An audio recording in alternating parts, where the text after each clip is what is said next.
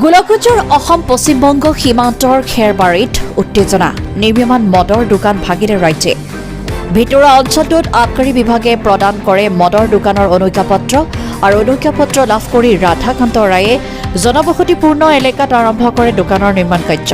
উল্লেখযোগ্য যে দোকানখন সংলগ্ন হৈ আছে ডাকঘৰৰ মাদ্ৰাছা মছজিদ আৰু উপস্বাস্থ্য কেন্দ্ৰ। তদুপৰি দুইফালে আছে দুখনকৈ বিদ্যালয়। সামাজিক পৰিৱেশ বিনষ্ট হোৱাৰ সম্ভাৱনাৰ প্ৰতি লক্ষ্য ৰাখি স্থানীয় ৰাইজে তিনিবাৰকৈ বাধা প্ৰদান কৰিছিল উক্ত স্থানত মদৰ দোকান নিৰ্মাণত। কিন্তু ৰাইজৰ বাধা নেওচি এক প্ৰকাৰৰ বলপূৰ্বক অব্যাহত ৰাখিছে দোকানৰ নিৰ্মাণ।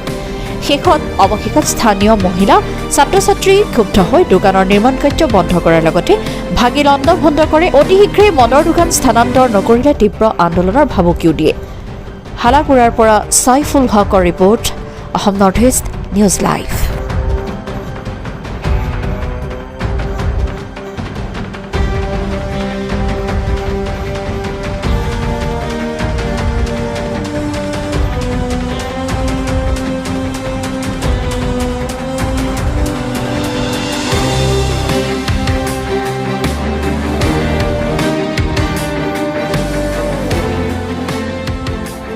ভাঙিবলৈ লৈছোঁ ইয়াৰ কাৰণ আমাৰ যি ঠাইডোখৰত তেওঁলোকে বনাইছে তাৰ নিচেই ওচৰতে এখন বিদ্যালয়।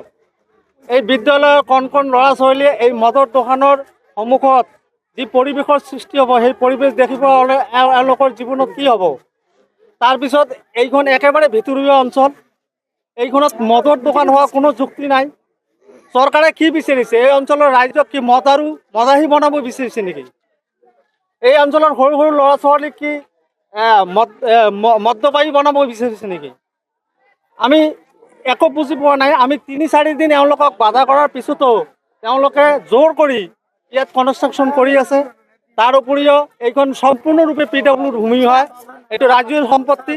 ৰাজ্যৰ সম্পত্তিত মানুহে কেনেকৈ ঘৰ বনাইছে, চৰকাৰে কি কৰিছে, চৰকাৰ প্ৰশাসনে কি কৰিছে, আমি একোৱে গম নাপাওঁ। ইফালে মছজিদ আছে, মাদ্ৰাছা আছে, তাৰপিছত ওচৰতে ৰাইজৰ ঘৰ, চব মেডিকেল আছে, এটা চাব চেণ্টাৰ এখন আছে, স্কুল আছে, মছজিদ আছে, মাদ্ৰাছা আছে, তাৰ মাজত বজাৰ আছে। তাৰ মাজত কেনেকৈ এখন ভিতৰুৱা অঞ্চলত এখন মদৰ দোকান হ'ব পাৰে নিৰ্মাণ কৰি আছে। চৰকাৰে কি কৰিছে আমি একো গম নাপাওঁ। গতিকে চৰকাৰক বিনম্ৰ অনুৰোধ জনাইছোঁ, আপোনালোকে অনতিবিলম্বে এই নিৰ্মাণ কাৰ্যটো বন্ধ কৰি এই অঞ্চলৰ ৰাইজৰ ভৱিষ্যত মংগল কৰাৰ কাৰণে আমি চৰকাৰক অনুৰোধ জনাইছোঁ। হোৱা বুলি আমি এতিয়াই গম পালোঁ। আমি প্ৰথমে গমেই পোৱা নাছিলোঁ। আমি ভাবিছিলোঁ যে এইখন কিহৰ বা দোকান হ'ব। এতিয়া লাহে লাহে আমি গম পালোঁ যে এইখন ক'ৰবাৰ মানুহ হালাকুৰিয়াৰ নে ক'ৰবাত সঠিক নাজানো। দোকানৰ নাম কি দিছে, তাৰ নামত লাইচেঞ্চ আমি একো গম নাপাওঁ। এতিয়া ইয়াত দোকানখন খুলিব বুলি ঘৰ বনাই আছে। আমি পৰস্পৰে শুনা পালোঁ। আহি 2-3 বাৰ এটা হাক দিছিলোঁ যে ইয়াত হ'ব নালাগে। ৰাইজে হাক দিছিল। আমিও ছাত্ৰ ছাত্ৰী আমাক লগত লৈ আহিছে, আমিও হাক দিলোঁ। কাৰণ আমাৰ ME স্কুলৰ ছাত্ৰ ছাত্ৰী অলপ ডাঙৰেই হয়, 13-14 বছৰৰ হয়। সিহঁতক মানে সুবিধা পালে খাই দিব। গতিকে এইখন প্ৰতিষ্ঠানৰ ওচৰত এইখন হ'ব নালাগে। আৰু ওচৰতে এখন চাব চেণ্টাৰ, আৰু এই দোকানখনৰ ওচৰতে এখন পোষ্ট অফিচ লাগি আছে, যি পোষ্ট অফিচখনত প্ৰতিদিনে মানুহৰ প্ৰয়োজন হয়। ইয়াৰ আগতে ৰাইজে প্ৰতিবাদ কৰিছে, ছাত্ৰ ছাত্ৰীয়ে প্ৰতিবাদ কৰিছে, কিন্তু মালিকে মানা নাই। মালিকে এইখন এনেকুৱা এটা মানে সি যেন প্ৰতিজ্ঞা কৰি লৈছে ইয়াত কৰিবই।